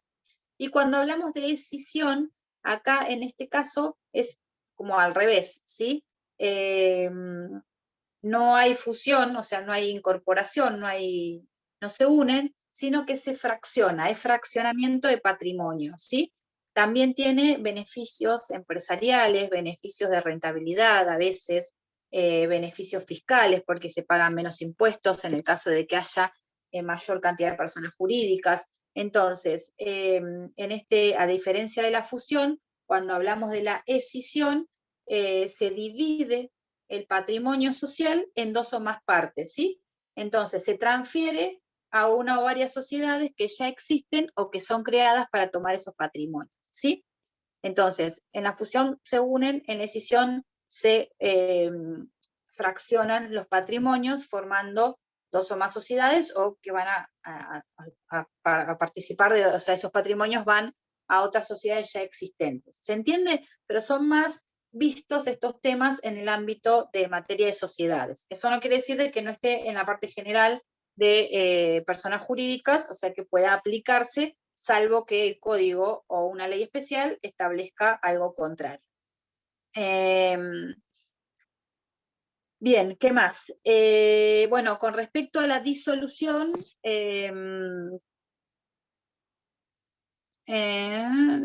bueno, con respecto a la disolución, artículo 163, ¿sí? Que ustedes van a ver porque es bastante larguito. La disolución, si lo queremos conceptualizar, decimos que es un acto jurídico que una vez que se verifican determinadas causales o alguna de las causales que establece la ley, el estatuto o el contrato social, va a abrir un proceso, va a tener como consecuencia esta disolución, ¿sí? Una de estas causales, el proceso liquidatorio, ¿sí? Y por último, o sea, a los efectos de extinguir la persona jurídica, ¿sí? Entonces, se va a dar una de las causales de disolución, ya sea establecida por la ley, ahora vamos a ver en el 163, establecida por una ley especial, establecida por el estatuto, ¿sí? O contrato social. Esta disolución va a permitir que se continúe con el proceso de liquidación y posteriormente la extinción de la persona jurídica. Cuando hablamos de liquidación, también es un proceso técnico, ¿sí? Es prolongado en el tiempo, y la finalidad de esta liquidación va a ser realizar el activo, cancelar el pasivo, y en el caso de que haya un remanente, bueno, ese remanente, de acuerdo al tipo de persona jurídica, va a tener que cumplir una finalidad, o sea, va a ser destinado ya sea a los miembros, en el caso de que ellos hayan aportado alguna participación a la persona jurídica, o en los casos especiales, como por ejemplo ustedes van a ver en las asociaciones civiles o en las fundaciones, ese remanente va a tener un destino específico, ¿sí? No se va a distribuir entre los miembros de la persona jurídica. Entonces, ¿cuál es la finalidad de esta liquidación? Cumplir con las obligaciones que tenía pendiente la persona jurídica, realizar el activo, que quiere decir esto, que si hay bienes, se venden a los efectos de lograr liquidez y poder cancelar las deudas, cancelar todas las deudas que tenga la persona jurídica, y si llegase a quedar algún remanente, luego de pagar los gastos de liquidación, las obligaciones fiscales, etc., si queda algún remanente, se va a entregar a los miembros o a terceros conforme lo establezca el estatuto o lo exija la ley. Por ejemplo, en el caso de las fundaciones, ustedes van a ver que es obligación establecer dos entidades de bien público o dos personas jurídicas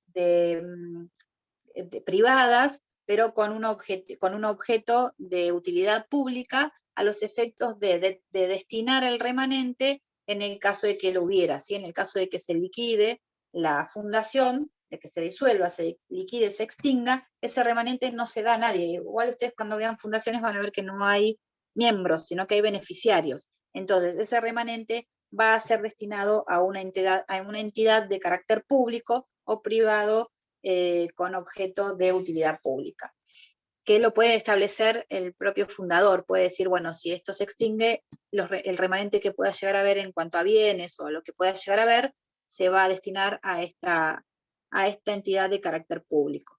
En el caso de las asociaciones civiles, van a ver ustedes que también el destino lo va a establecer el estatuto, o tiene que ir a una asociación civil con similar objeto, porque, bueno, ustedes van a ver que el objeto va a ser altruista, ¿sí?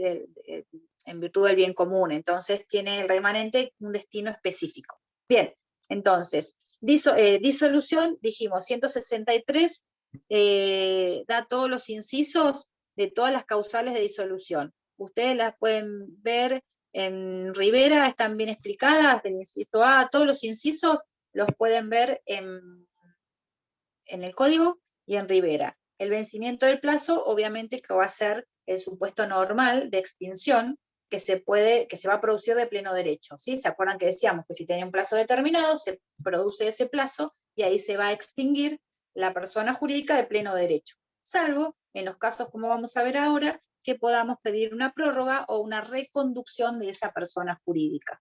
Entonces, miran todos los artículos, todos los incisos del 163, que no son difíciles, tampoco se tienen que acordar todas las causales, pero recordar algunas sí está bueno.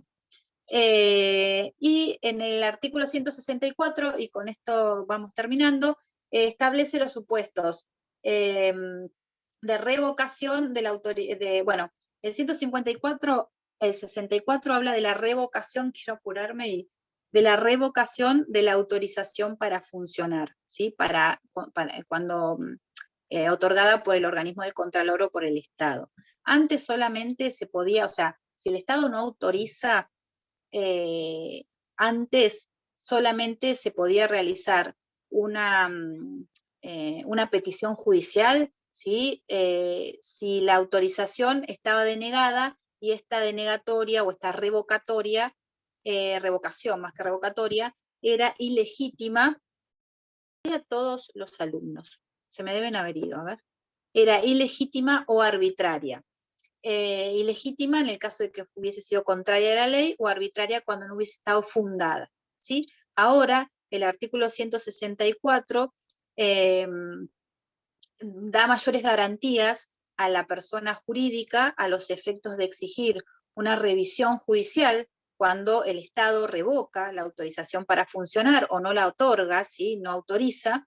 Entonces podemos discutir, o sea, da una mayor garantía y habla del debido proceso, ¿sí? Podemos discutir en proceso judicial la revocación de la autorización para funcionar. Ya no habla de cuando sea arbitraria o ilegítima, sino que en cualquier caso, o sea, si bien esta revocación debe estar dada por una resolución fundada, la persona jurídica puede garantizar ese debido proceso para defender su reclamo frente o teniendo una vía judicial. Eso se refiere cuando habla de la revocación de la autorización para funcionar.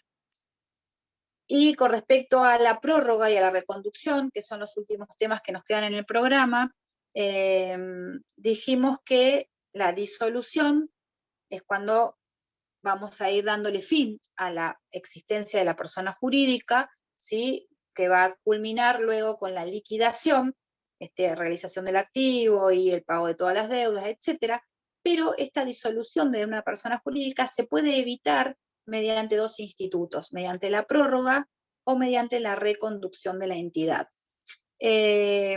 Ambos institutos también están establecidos en la Ley General de Sociedades y ahora son incorporados en el Código Civil y Comercial. Cuando hablamos de prórroga, ¿sí? El plazo determinado, ¿se acuerdan que decíamos que la persona jurídica se puede determinar un plazo de existencia? Puede ser prorrogado. ¿Qué se requiere? Dice la ley que se requiere la decisión de sus miembros, ¿sí? Adoptada de acuerdo con la previsión legal o estatutaria, ¿sí? De acuerdo a las mayorías que establezca la ley o el estatuto, y la presentación ante la autoridad de Contralor que corresponda antes del vencimiento del plazo. Entonces, para que pueda ser prorrogado la existencia de esta persona jurídica, no tiene que haberse vencido el plazo establecido por la ley o por el estatuto, ¿sí? Entonces, van a quedar válidas todas las cláusulas que estuvieran vigentes hasta ese momento, se conserva la personalidad de la persona jurídica, y va a proseguir la vida de esta persona jurídica por otro periodo, ¿sí? Siempre, o sea, el requisito es que se presente esta solicitud de prórroga antes del vencimiento del plazo. En el caso de que fuera posterior al plazo de existencia de esta persona jurídica, ya vamos a ver que no hablamos de prórroga, sino que vamos a hablar de reconducción, ¿sí? Entonces, ¿cuándo puede ser reconducida la persona jurídica?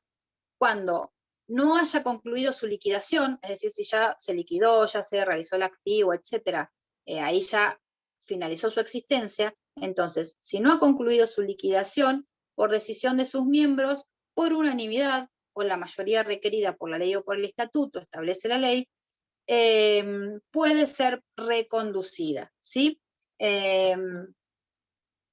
Entonces, una vez que esté cumplido el plazo, si no se cumplió el plazo, puedo pedir una prórroga. Ahora, si se cumplió el plazo de la persona jurídica, para detener esa disolución que ya operó, ¿sí? Para detener que esa persona jurídica se extinga, puedo pedir una reconducción, ¿sí? Entonces, la persona jurídica tendrá la posibilidad de reconducirse, es decir, que sus miembros puedan remover los efectos de esa disolución operada.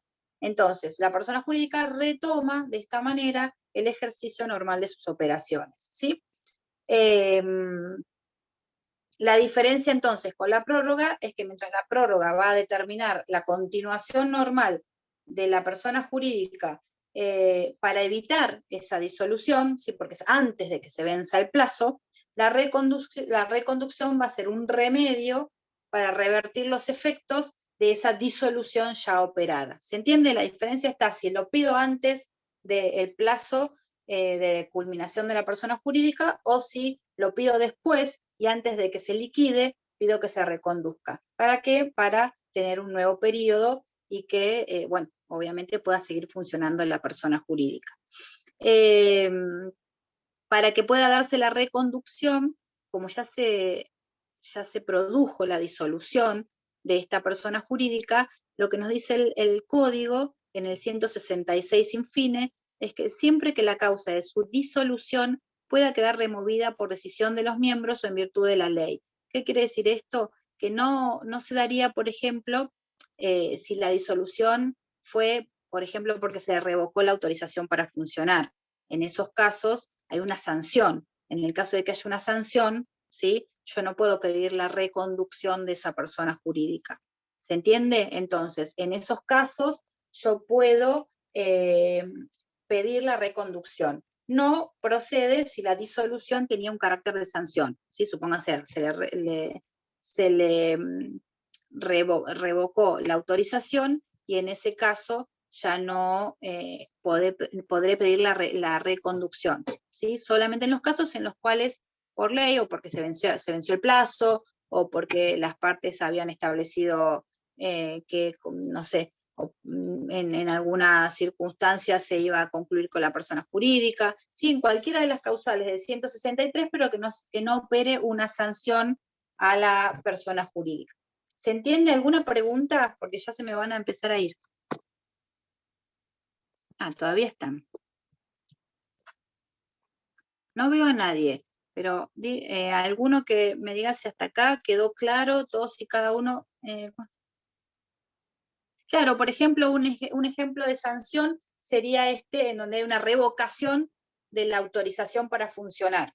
En ese caso, a ver, como dijimos, cuando se produce la revocación, no es porque sí, sino que es porque la persona jurídica o incumplió con su objeto. ¿Se entiende? Entonces, no sé, incumplió con las cláusulas y las condiciones que se le establecieron al momento de autorizarlo, o no, la modificación del estatuto no requirió de la autorización como corresponde. Entonces, la revocación de la autorización se le va a dar por una resolución fundada, no es porque sí, porque el Estado no quiere mantenerle la autorización para funcionar. Entonces, eso sería una sanción. ¿Por qué? Porque algo en el funcionamiento de la entidad no se hizo como corresponde, ¿sí? Entonces el Estado sanciona y le saca la autorización. En este caso no puedo reconducir, ¿sí? Porque estaría reconduciendo algo que cesó por una sanción, no por voluntad de las partes o perfecto, o por la ley. Bien. ¿Alguna otra duda? Profe, Sí. yo tengo una duda con respecto a la autorización. Las asociaciones civiles y las fundaciones necesitan la autorización del Estado. Esas serían las únicas dos. Y el resto, todas necesitan una autorización de un órgano contralor. No, algunas no. Ustedes van a ver ahora cuando vean las simples asociaciones, bueno, van a ver asociaciones civiles, van a ver algunas sociedades comerciales tampoco necesitan autorización del Estado para funcionar. Depende, ya te digo, depende el tipo social. Ustedes tienen que saber, fundaciones que van a ver que tienen muchas particularidades, las asociaciones civiles, las simples asociaciones, y bueno, nada más, porque ni siquiera de las sociedades comerciales, eso no tienen por qué saberlo en esta materia, lo van a ver cuando vean sociedades. Así que... No, profe. ¿A qué se refiere cuando se refiere a reconducción? ¿Es cuando se cambia, por ejemplo, el objeto? O sea, no, ejemplo, reconducción es para impedir, ¿sí? O sea, la persona jurídica ya se disolvió. ¿Cómo? Por alguna de las causales del 163, que son un montón que no las vimos, pero bueno, esas las van a leer ustedes, ¿sí? Supónganse vencimiento del plazo, ¿sí? O voluntad de los miembros. Dicen, bueno, por voluntad de los miembros vamos a extinguir, ya está, no funciona más, vamos a extinguir esta persona jurídica. ¿Se ponen de acuerdo? Bueno, reconducción, una vez que ya está disuelta por alguna de estas causales, pero no se liquidó, es decir, todavía no se extinguió totalmente la persona jurídica, hasta que mientras se liquide, ustedes me dirán, ¿sigue funcionando? Sí, va a seguir funcionando, pero únicamente la persona jurídica podrá ejercer los actos tendientes a la liquidación. Ya no hace otros actos, o sea, relativos a su objeto. En el periodo de liquidación ya solamente va a realizar los actos que lleven a la realización del activo y al pago de las deudas, ¿sí? Nada más, o a la distribución del remanente. Pero ya no puede ejercer sus funciones en virtud del objeto. Una vez que se disolvió, supónganse que los miembros dicen, bueno, no, vamos a reconducir la persona jurídica. ¿Qué quiere decir esto? Que siga funcionando. Entonces, como ya está disuelta, no la podemos prorrogar, no podemos prorrogar por otro plazo, ¿sí? Porque ya se disolvió. Entonces, el único remedio que tienen los miembros de esa persona jurídica es quitar, sacar, impedir los efectos de esa disolución que ya operó mediante la reconducción. Entonces, se va a extender el plazo o se va a extender el funcionamiento de la persona jurídica por otro periodo o por otro plazo que se determinen los miembros, ¿sí? Se reconduce, vuelve a funcionar. Eso hablamos cuando hablamos de reconducción. Si no, si es anterior al plazo de vencimiento, supónganse que todavía no venció ese plazo para que se disuelva, podemos pedir una prórroga. Tanto uno como otro, si requerimos autorización, lo tenemos que inscribir, o sea, que requerir autorización también. ¿Sí? ¿Se entiende un poco más? Sí. Sí, se entiende, profe. Bien. ¿Alguna otra pregunta? Sí, en este caso de la reconducción hay un nuevo contrato, es como uno nuevo, ¿sí? O sea, va a tener idénticas cláusulas que el anterior, porque yo quiero que siga funcionando en la misma persona jurídica, pero ¿cómo hago si ya se disolvió? Entonces la reconduzco, vuelvo con un nuevo contrato, con las mismas cláusulas, modifico el plazo y se pacta un nuevo vencimiento. ¿Alguna otra pregunta? ¿No? Bueno, entonces vamos cerrando, los veré el jueves en el parcial. Cualquier consulta me mandan un WhatsApp y me consultan, no hay problema. Bueno, con respecto a los temas que vimos, sobre todo, o cualquier otra consulta de otro tema que quieran hacer, pero si es de los temas que vieron conmigo, bueno, no tengo ningún problema. Y estudien, lean, hablen en voz alta, practiquen, y bueno, y suerte para el parcial. Gracias, profe, nos vemos. Los dejo, chau, chau. Muchas gracias, profe. Chau. Gracias.